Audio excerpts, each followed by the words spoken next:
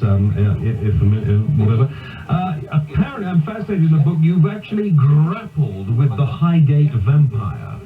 That's probably the most celebrated case.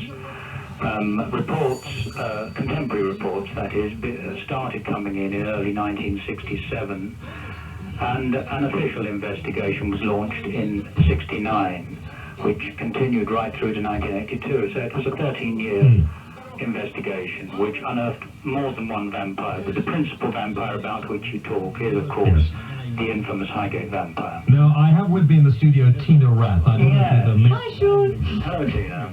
That's no way to talk to Bishop. I mean, for goodness sake, Tina, control yourself. Now, Tina has been telling me she's doing a thesis or whatever on... Yeah, still doing the thesis. Still doing the thesis, yes. How long do they take? Mine takes a long time because I'm doing it part-time. I understand you're a doctor now, Sean. How do you get your doctorate? I was awarded a doctorate in July 1991. Oh, boy. The Society of the Good Shepherd, which is a Catholic order. Oh. St. David's College, if you want to be precise. No, I don't care where you got it. I mean, I gave myself... I was interested. Were you? Yeah. Oh, why? Well, just I... purely out of interest. Little green... Well, I'm a little interested how you consider yourself to be a vampire expert when you don't believe in the existence of vampires. I'm an expert in vampire fiction, Sean. Of course you are. Of course you are. But that's a very big leap from an expert in vampires. Now, hang on, both of you. Tina says, Sean, that there is definitely, her investigations have led her to believe now that... What investigations? Reading, Sean. Yes, reading fiction. Yes.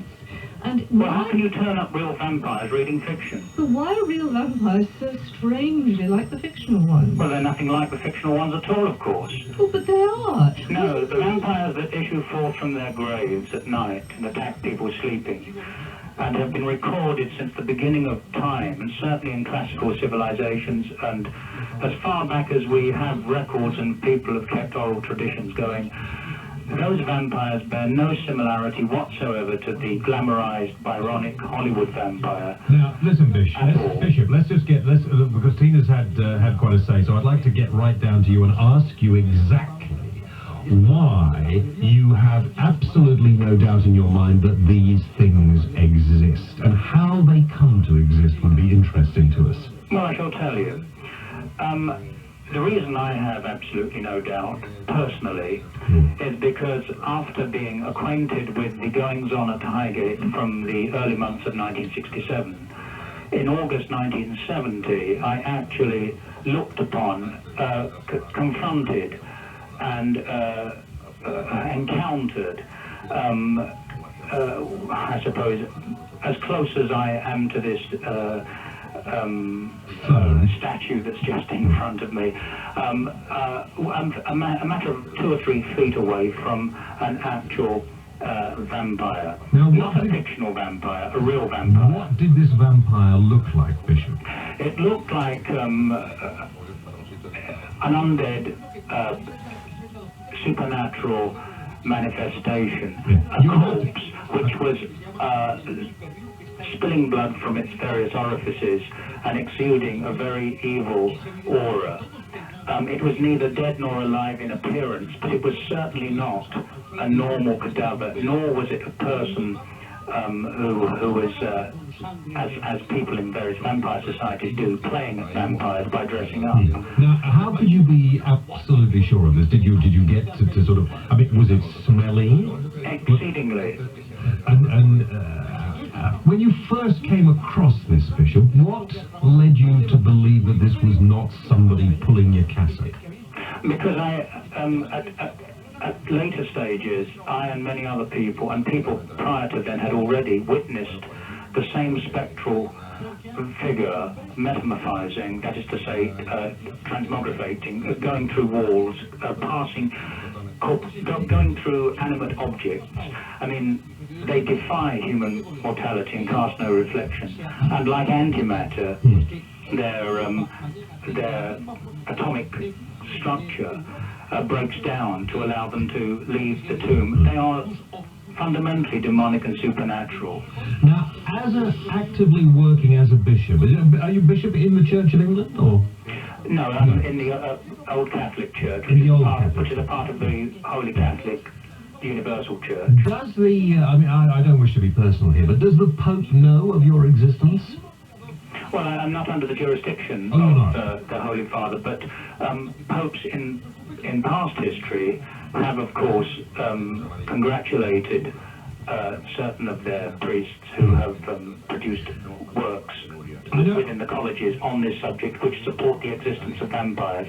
And of course, it is the clergy down the ages who have been preeminent in the ridding of vampire plagues. Do you actually have services and things? Do you officiate at a church? Well, of course I do. You do? I'm speaking from a chapel at the moment. No, apparently you're restoring an ancient church. Is this where you're based? Oh, if you want, if you're interested in the ancient church founded by Christ himself and continued by Joseph of Arimathea, that's in a television program next week on Fortune TV. Oh, right. That's the Church of the Holy Grail. Yes, I see. But that church is a recognised church with valid orders that both Catholics and Orthodox communions would recognise as being. So I'm trying to get a little background. You see, Bishop, really. I'm saying, do you have Sunday services and hymn singing and stuff like that? Well, we celebrate the sacraments and the Eucharist, yes. Now, do other churches get a little upset about this? Because, you know, there's this big thing about don't sort of look into the supernatural, don't disturb the evil spirits, or we'll all be on a downward spiral before we know where we are. Well, I would actually echo those sentiments that you've just expressed, but no, the churches that consider themselves to be part of the One Holy Catholic and Apostolic Church, which is the main communions in the world, the Orthodox churches, Eastern Catholic, Roman Catholic, Old Catholic, etc., and up until recently the Church of England, before it began ordaining women, they all agree that one of the principal ministries of any priest and certainly any bishop is exorcism. And, have you carried out many exorcisms? Yes, I mean that's the first duty of any minister of religion. I mean, if you look at the majority of miracles carried out in the Gospels by Christ, and the majority of the healings are exorcisms. They're casting out of demons. And if we're to examine what a vampire truly is, it's a demonic manifestation. Are they dangerous? Exceedingly so. To all of us? To anyone who they encounter or who goes, who dabbles with the dark occult. How are we likely, I mean in ordinary everyday life probably not I suppose, are we likely ever to come into contact with them? More so now than ever before, because for whatever reason, the secular society we find ourselves, particularly in the West, but it's becoming a worldwide phenomenon, has been glorifying and glamorizing evil in its literature and its films. And when you have a steady diet of the glorification of all manner of evil, but including supernatural evil, where figures that like vampires are turned into hero figures, and people wanting to emulate, and they take these two extremes, and they dabble in the occult, they wander in lonely graveyards, they start to drink each other's blood.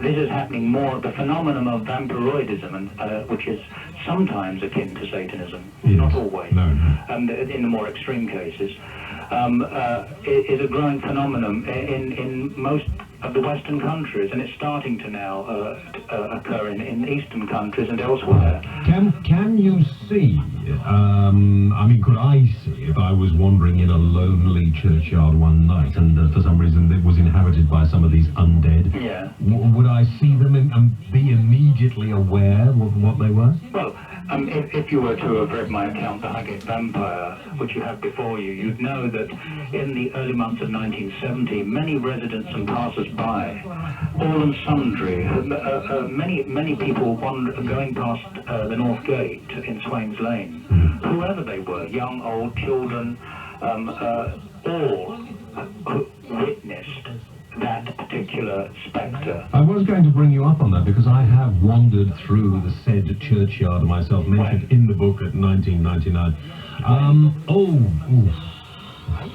A couple of years ago. The Highgate Vampire was successfully exorcised in 1974, and the other vampires associated with it were finally exorcised in 1982. So there's no fear of you coming into contact with any of them 2 years ago. You know, since then I the first time I ever visited the cemetery in Highgate, I was about 16, and it was about 1969. Yes, yes. And then that was at night, was it? Well, I have to tell you that, yes, well, because you know what youngsters are at that time, sort of sleep out in a churchyard just to see if you see anything, and because, of course, Highgate has always had this reputation. Which were you in the western part of the cemetery or the eastern part? Does it make any difference? Yes, because it was the western side, the side that had the catacombs, which was the fatally afflicted side. The eastern side largely escaped much of the problem. I was probably in the eastern side then, Bishop. I'm just going to take a little break. Can you hang on for a few minutes? I've got somebody who's in dire need of your professional services as well. Fine. James Wales.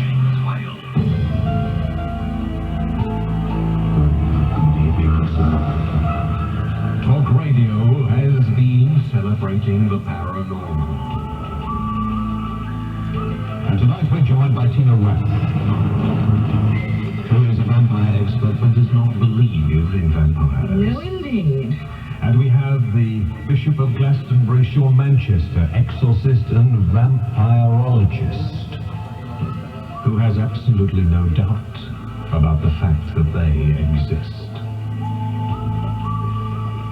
Sean, when you had this meeting with the Highgate vampire, The first encounter. the first encounter, were you frightened for your life?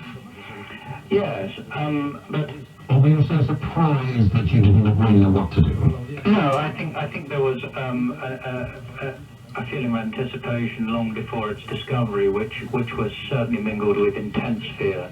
But it's not unless one overcomes that and deals with the task ahead, you'd never proceed. And if you speak to anyone that deals with dangerous situations, they usually realize the fear afterwards, and sometimes before, but at the actual moment of decision. No, in that moment, everything is happening too fast, and yet you see it all in slow motion, and it is beyond belief. And was it as in the film that you dealt with it with a wooden stake through the heart? The Highgate vampire was duly exorcised in the ancient and approved manner through impalation, decapitation, and cremation. And you did this yourself? With an assistant, well, two assistants, but one wasn't fit for the job, so one assistant. Were you not at all squeamish about having to do this to this apparition? Well, that was 5 years on from when the investigation proper was initiated, and by then I was only too glad to get rid of this demonic entity once and for all. I mean, presumably it didn't just lie back and allow you to decapitate it and impale it and everything else. Well, it was exorcised at dawn, and we were, on that occasion, relatively safe from its worst power. And on the earliest occasion, in August 1970, when I first encountered the same entity in its undead slumber, again, that was on an afternoon. And had it have been at night, the forces of darkness would have been rather too great for me to have dealt with. I want to take a couple of calls. If anybody out there has had any problems, I mean, you are, Bishop, of course, an expert in exorcism, not only of vampires, but I believe all forms of exorcism. Yes, as all Yeah. priests and bishops. Unfortunately, of course, some priests and bishops don't like to dabble in it and believe that it isn't something that should be done. Well, I would agree with them that you shouldn't dabble with it. Talk radio has been celebrating the paranormal. And tonight we're joined by Tina Rath, who is a vampire expert but does not believe in vampires. No, indeed. And we have the Bishop of Glastonbury, Sean Manchester, exorcist and vampirologist, who has absolutely no doubt about the fact that they exist. My guest until 3 o'clock is Peter Underwood, who's just written No Common Task, his own autobiography, and as he's president of the Ghost Club, obviously ghosts are our subject for the next 25 minutes or so. 353-8111 is the number. Sean Manchester of the British Occult Society, good afternoon. Good afternoon. Hello, Peter. Hello, Sean. Very nice to talk to you again. How are you? I'm glad the book's come out. Thank you. What I wanted to ask, because I've not had a chance to see the book as yet, although I'm looking forward to it, whether there's any mention of vampires or the undead. No, I rather skirted that, I'm afraid, Sean. I thought I'd leave that to you. I think your autobiography is coming out before long, isn't it? Well, my vampire book's out in America, and I hope to have a copy here in England next year. Now, Sean, I don't think you're really doing what you're supposed to be doing right now. We don't want your book plug. Have you got a point you want to make to Peter? Yes, I'm happy to report that vampires are no longer rising from the dust and decay in Highgate. Good. And that's all been satisfactorily concluded. But it was a very long investigation. I'm sorry you haven't touched on it, but as you say, that's another story. Yeah, I had touched on it, but... Oh, you have? Oh, I have touched on it, certainly, yes. Oh, good. Yes. Sean, I've got an absolutely rotten line to you, unfortunately. Let me ask Peter, what's the story about vampires rising in Highgate? Well, I wrote a book about vampires called The Vampire's Bedside Companion, and Sean Manchester was good enough to contribute a chapter, a very interesting chapter, which detailed the investigation of a vampire, apparently, at Highgate. And it's a long, long story of very strange things that happened there. But I thought these were fictional, it was possible to trace back to the 19th century when vampires were actually invented. Well, I thought so too, but when I started writing the book, by the time I'd finished, I met so many people who were absolutely convinced that they'd encountered these things, and I was not quite sure what I did believe. Well, people who get out of their coffins and walk abroad in the still of the night? Almost, yes, I know. You ask Sean what he thinks about it. Well, unfortunately we had such a bad line to him, Sean, we had to think about him, but sorry. You are convinced that vampires exist? I'm not convinced, no, but I said I don't know where I am now. And to the extent that if you came across a vampire, the treatment would be a stake through its heart? You're putting me on the spot rather. I'm a ghost hunter, not a vampire hunter.